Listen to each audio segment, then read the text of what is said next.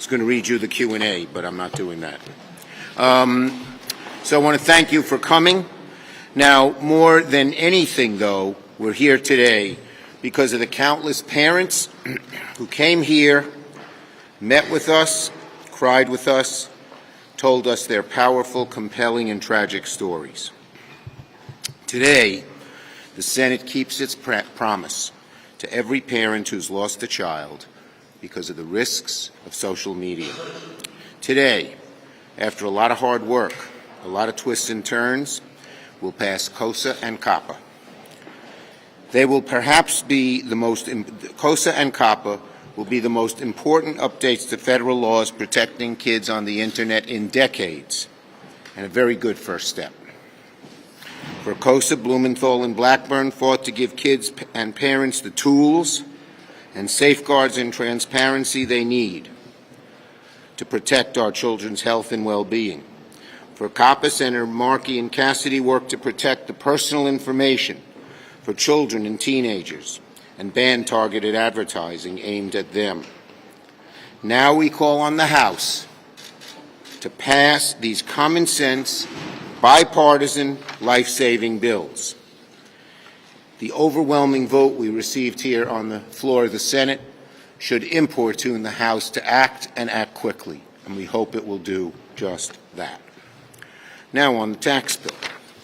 Last night I filed cloture on the Tax Relief for American Families and Workers Act, a very important piece of pro-family, pro-children, pro-growth legislation. Senators should expect a vote on this measure Thursday. Since becoming Majority Leader in 2021, I've tried my best to work first in a bipartisan way to get things done in this chamber. The Senate's record over the past 3 years bears this out. Democrats and Republicans have come together again and again and again to pass historic bills like the infrastructure law, CHIPS and science, Ukraine and Israel aid, veterans health care, gun safety, and marriage equality. Today we're getting another important bipartisan bill done through COSA and COPPA. And I will continue this productive streak this week.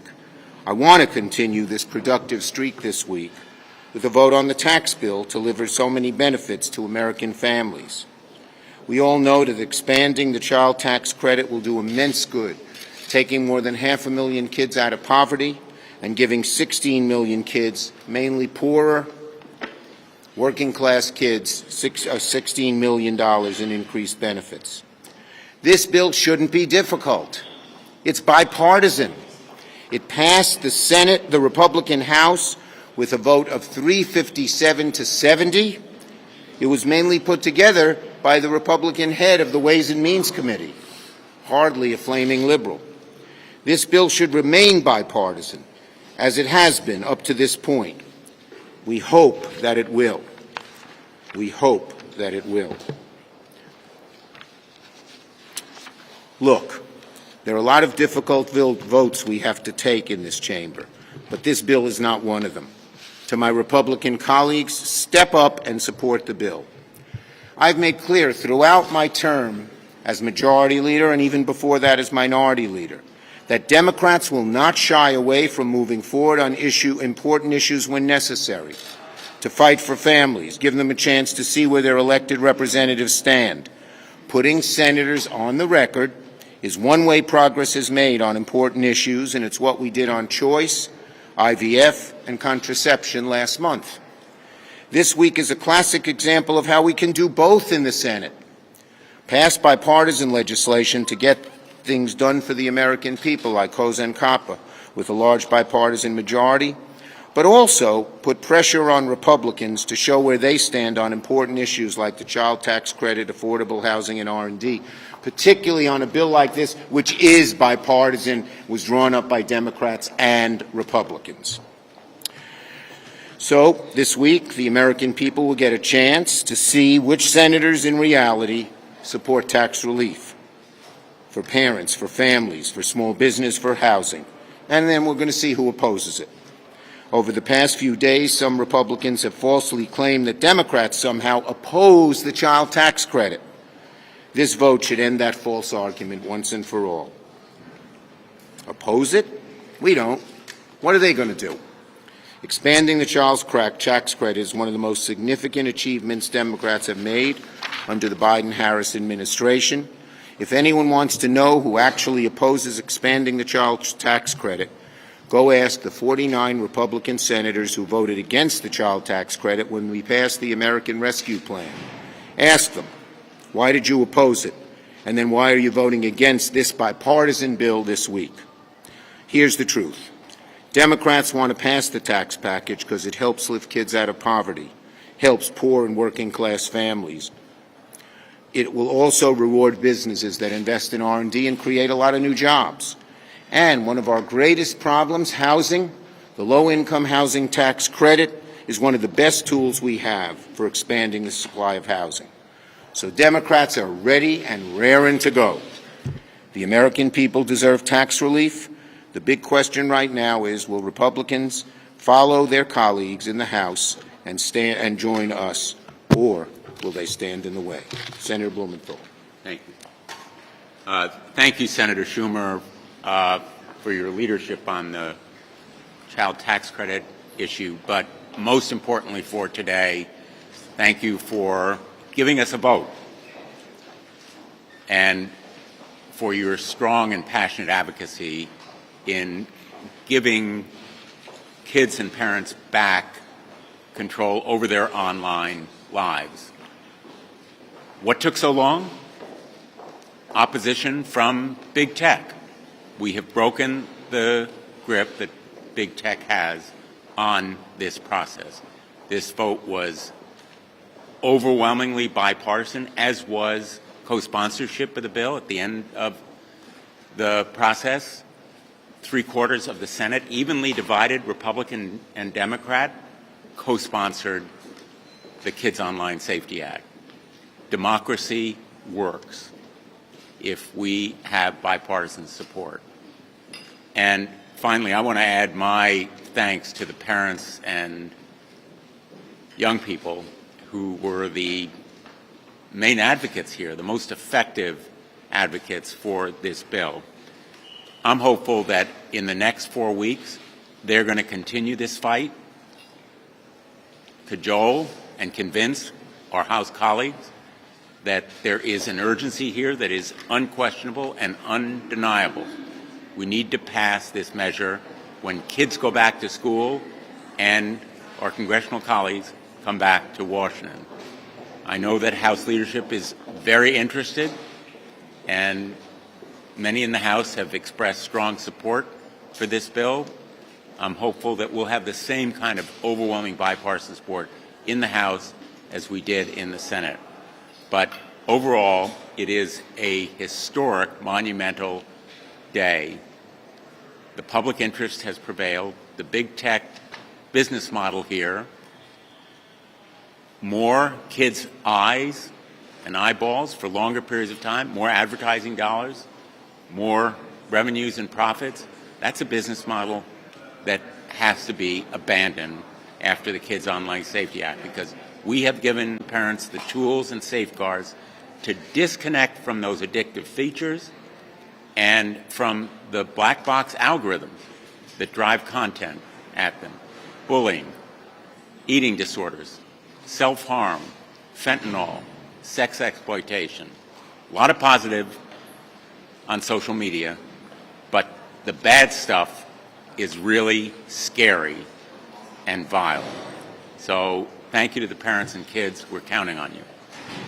Senator Markey. Thank you. And thank you to Senator Schumer for moving this legislation, for the leadership which he is giving to this all-important subject.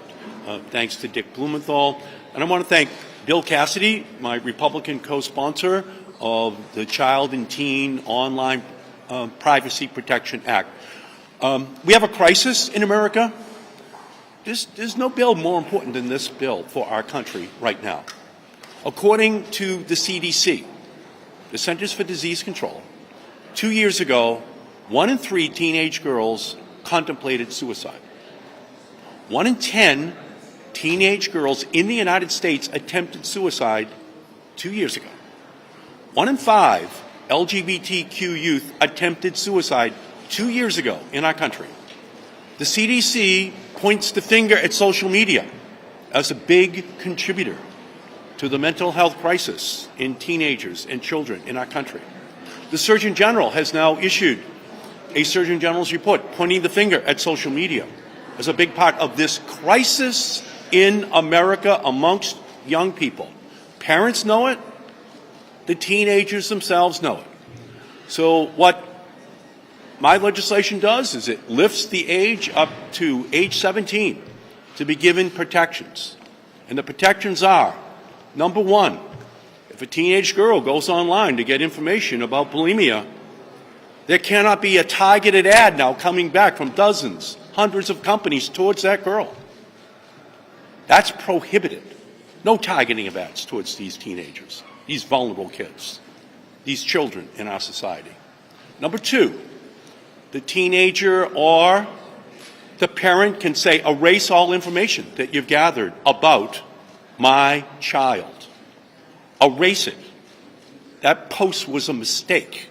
I want it all erased, not just deleted by the kid, but erased from the whole history of the company. Number three, no gathering of information in the first place without permission from the parents and the kids. Got to get permission to gather all this data, because it's all about data. That's what all these companies are about. Facebook, Instagram, YouTube. Without information, they can't do any of this. So this is an historic bill, and again, I thank Chuck Schumer. We're doing it on a bipartisan basis completely, because AI is going to take what we have today and put it on steroids. So they have a plan to even further accelerate the exploitation of the children in our country, and this is our plan to give protections to those teenagers and children and their parents in order to protect them. So it's a historic day today, and our hope is that the House will move as well so that we can put this bill on President Biden's desk. Okay, questions? Yes.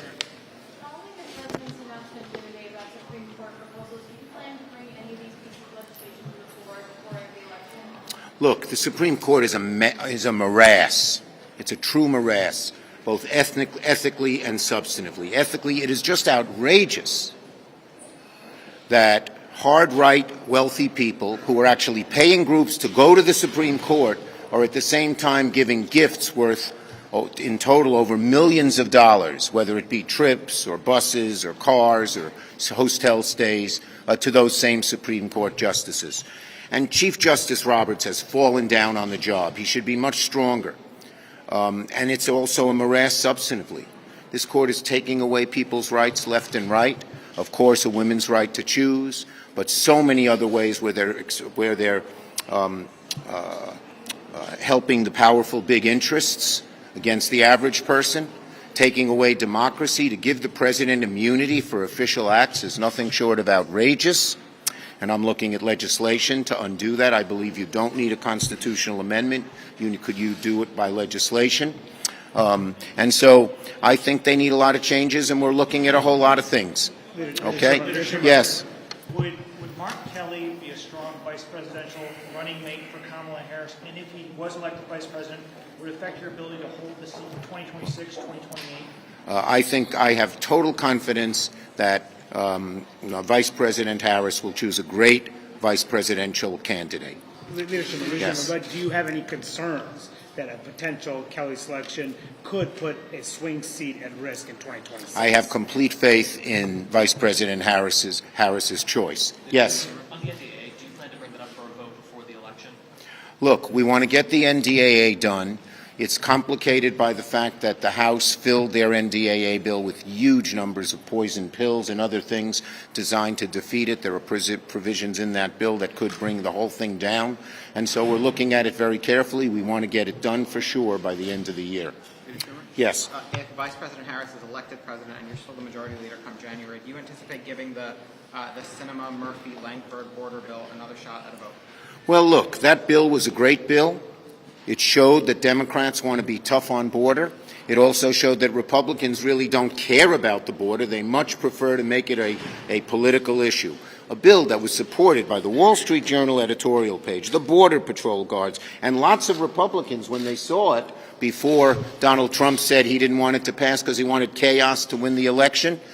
We think that's a winning issue for us. So certainly we're going to have to deal with the border when Vice President Harris becomes President Harris, Schumer stays as Majority Leader, and Jeffries becomes the Speaker. Last one. If you are, in fact, Majority Leader and Harris is elected, will you renew your push to remove the legislative filibuster? Look, there are lots of things we want to get done. I'm not going to speculate into the future, but we are going to have as productive, even a more productive 2 years, should that happen, than we had in the previous 2. Thank you, everybody.